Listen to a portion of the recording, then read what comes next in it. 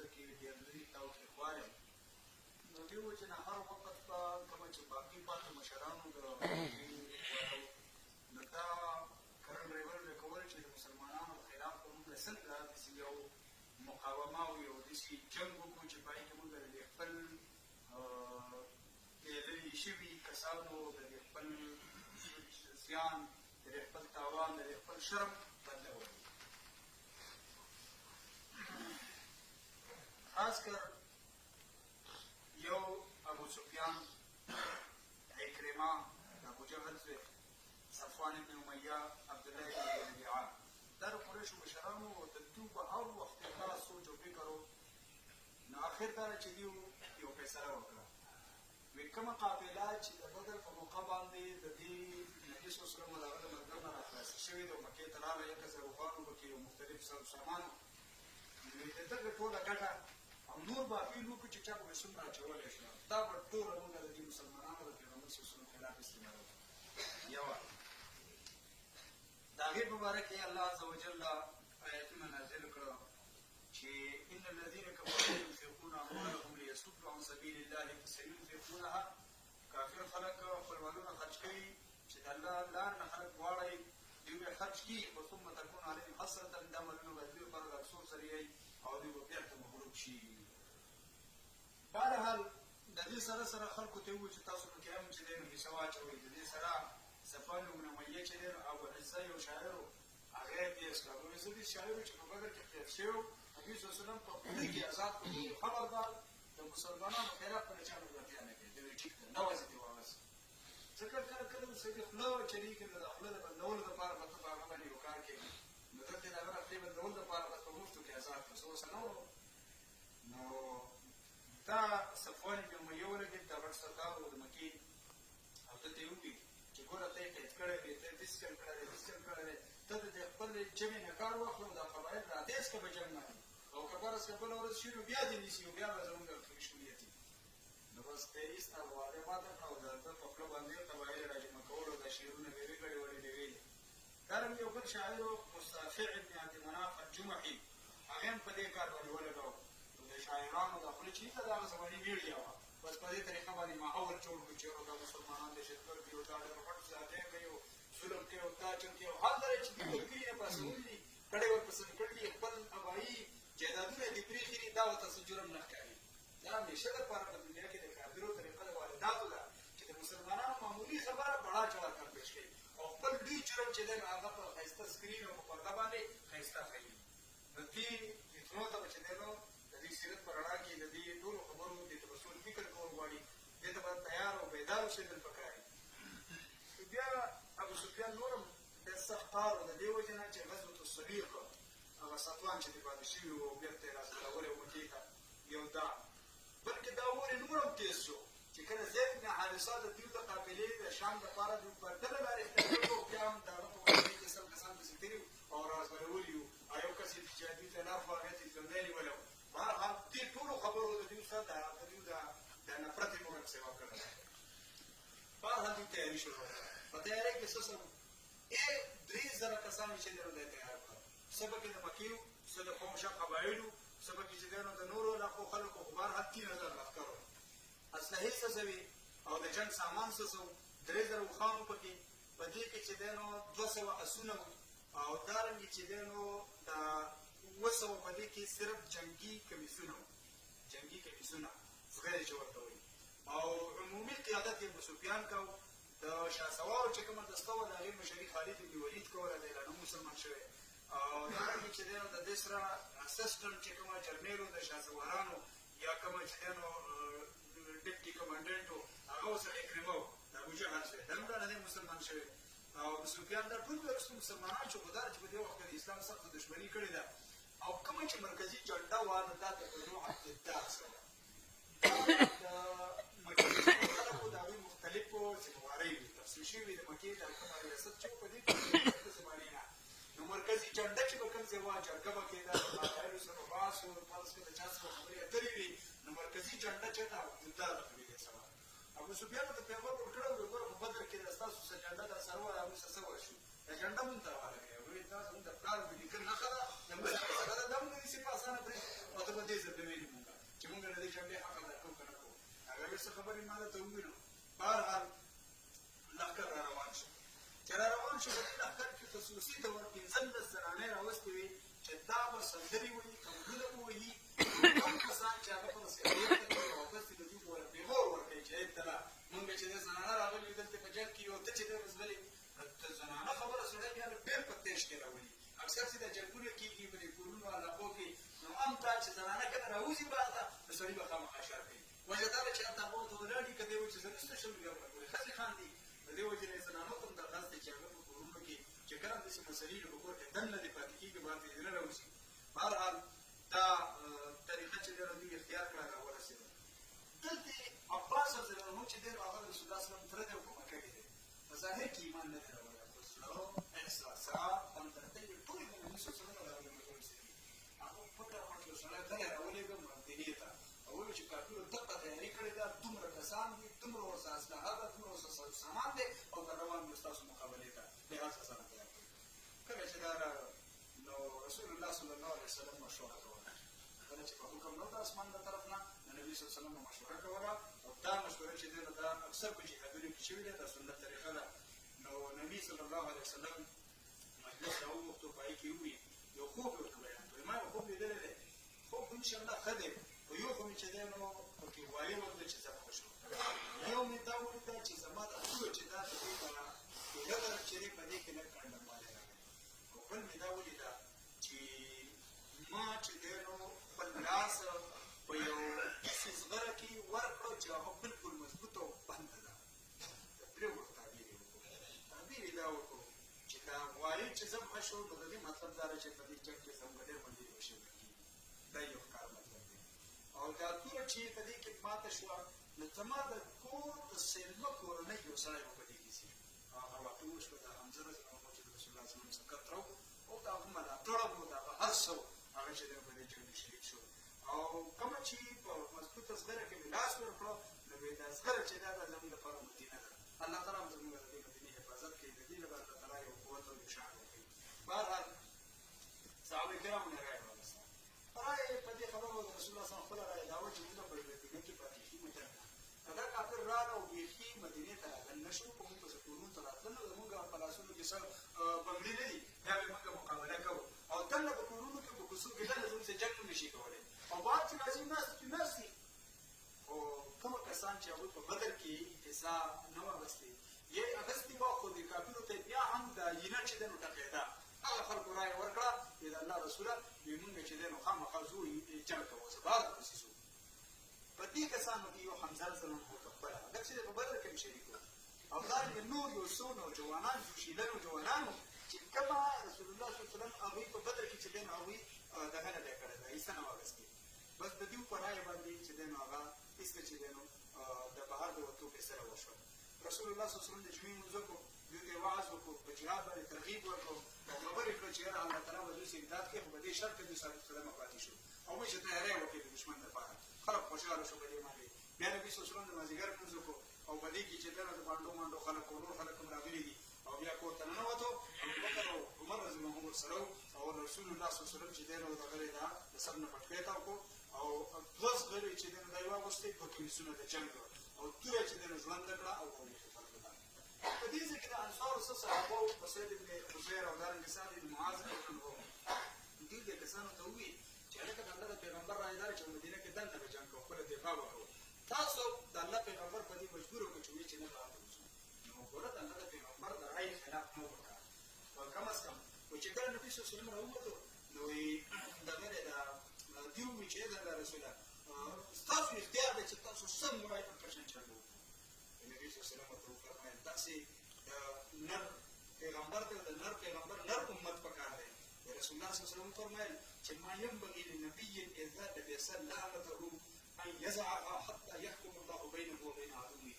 د پیغمبر په دنیا کې دا ریکارډ او شان نه دی پاتې شوی چې هغه یو ځل جنګي لباس واغوندي او بیا یې پکې جنګ نه یې کړی او بیا ته یې دقسې ورسي. اوس به خامخا وسو اوس به په دې باندې عملي تر څو پورې چې الله زموږ د دښمن په منځ کې فیصله راولي.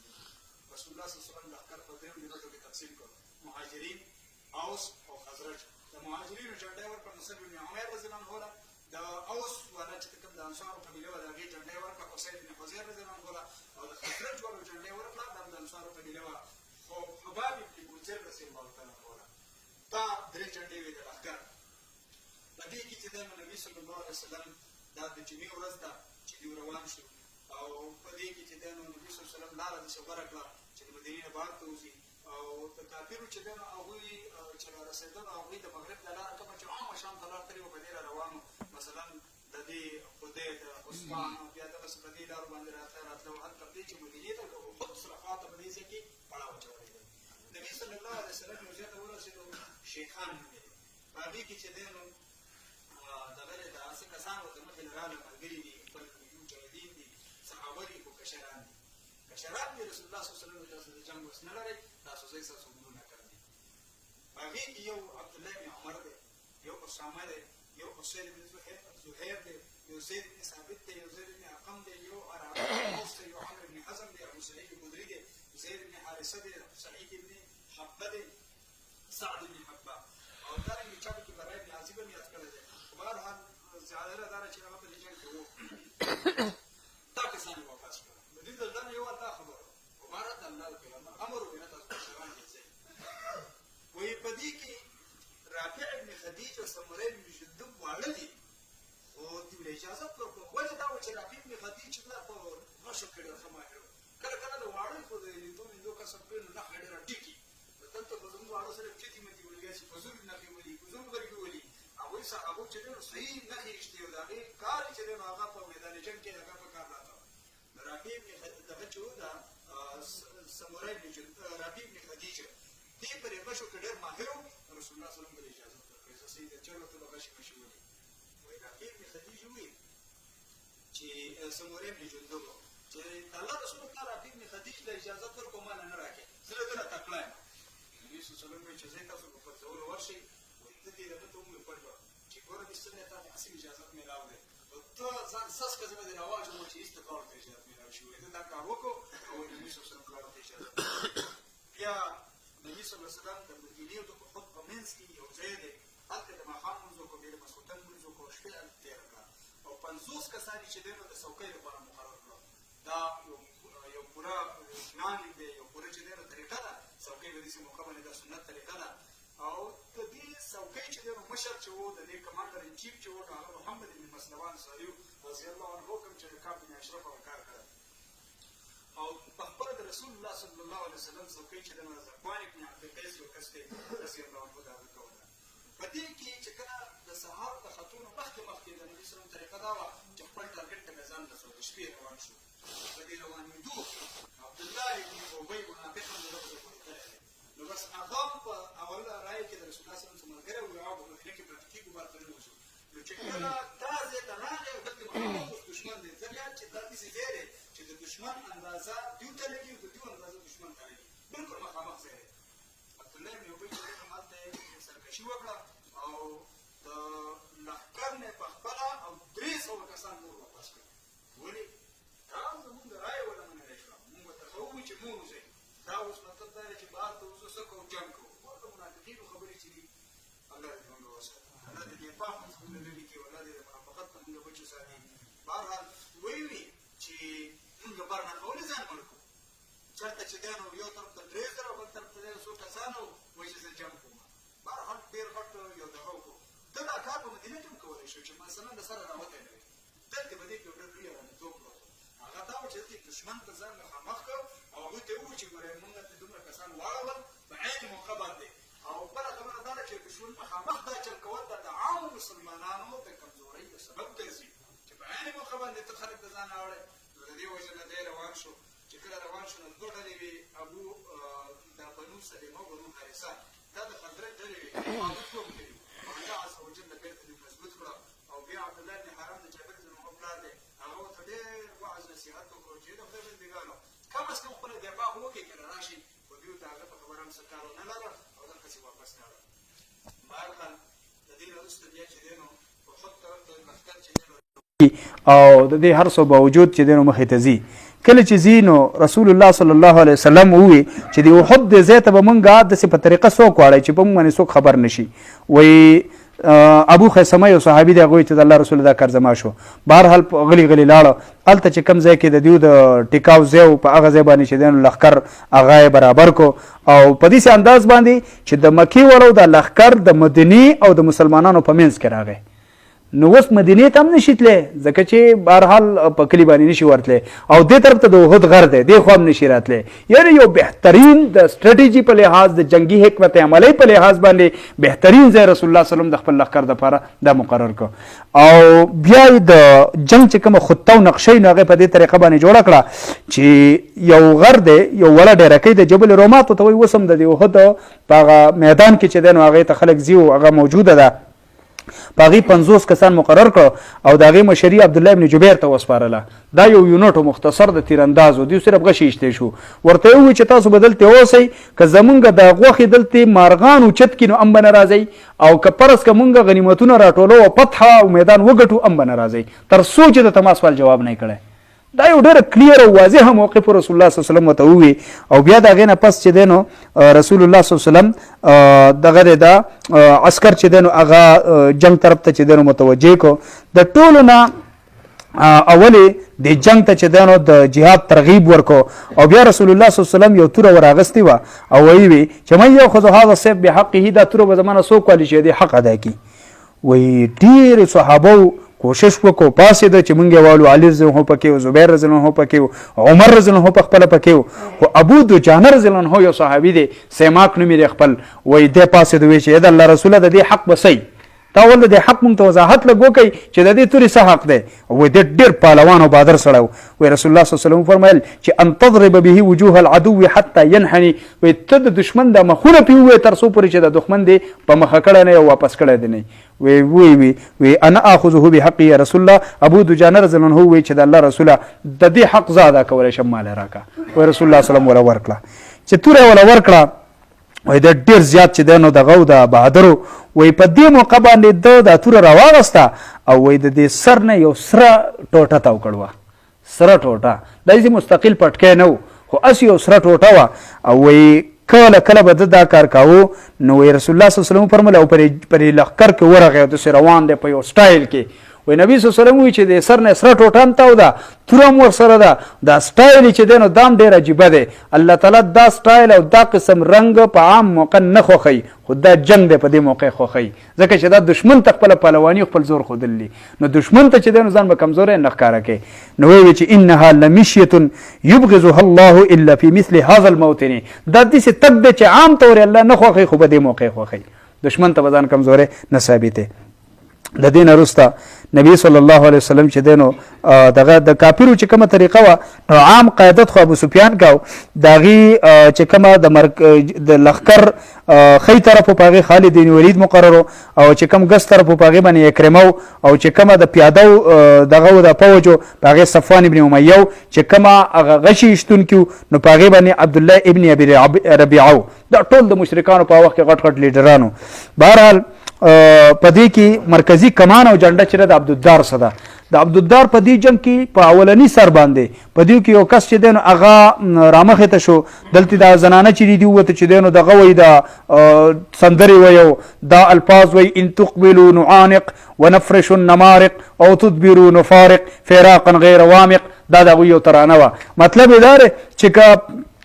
تاسو مخامخ ورلی د دشمن سره میلاو شوي دا مشرکان وایي د زنانه وایي د خپلو سړو ته چې که تاسو دشمن له غاړی ورکړه او مخامخ وله ورلی مونږ به تاسو له غاړی درکو بیا او که فرض کا او مونږ به تاسو ته خپلې لوپټې وغواړو په هغې باندې به ستاسو دا خپې ځي او که تاسو شا وګرځوله نو بیا د سره مونږ ګوری نه یو مونږ به د نه جدا یو او داسې به د نه جدا یو چې عمر له به چې دی نو ستاسو په خوا باندې در نه شو نو دا ډېره د غیرت خبرې دي او ډېر د دغه خبرې دي د شرم خبرې دي د پیغور خبرې دي او چې بیا د ښځې د خولې نه نو لهذا اول چې جنګ ګرمیږي نو په دې طریقه باندې ګرمیږي چې دغه ده د مشرکانو چې مرکزي کمان او جنډه چې ده نو هغه د دغه سره ده د طلحه ابن ابي طلحه یو کس دی د هغه سره ده نو په ده باندې چې ده نو حمله وکړه زبیر رضی الله تعالی عنه او چې څنګه پې حمله وکړه نو بس د حملې سره استرا واچو